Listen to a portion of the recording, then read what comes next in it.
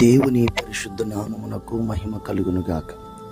ప్రభునందు ప్రియమైన దేవుని ప్రజలారా, ప్రభు అయిన యేసుక్రీస్తు నామములో మీ అందరికీ శుభోదయం.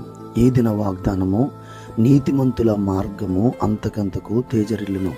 సామెతల గ్రంథము 4:18.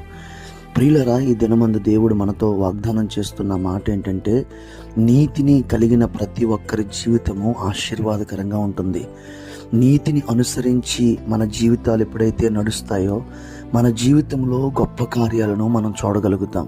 నీతి అనేది మన జీవితంలో ధరించుకున్నప్పుడు, నీతిమంతులు భిక్షమెత్తుడు కానీ, వారు జీవితంలో కొదువు అనేది కానీ లేదు అని దేవుని లేఖనాలు స్పష్టంగా సెలవిస్తూ ఉన్నాయి. కనుక ఈరోజు నీతిమంతుడైన యేసు రక్తంలో కడగబడి ఆ నీతిని కాపాడుకుంటూ ఆ నీతి చేత నడిపించబడుదువు, అద్భుతమైన కృప పొందుదురుగాక. ఆమేన్.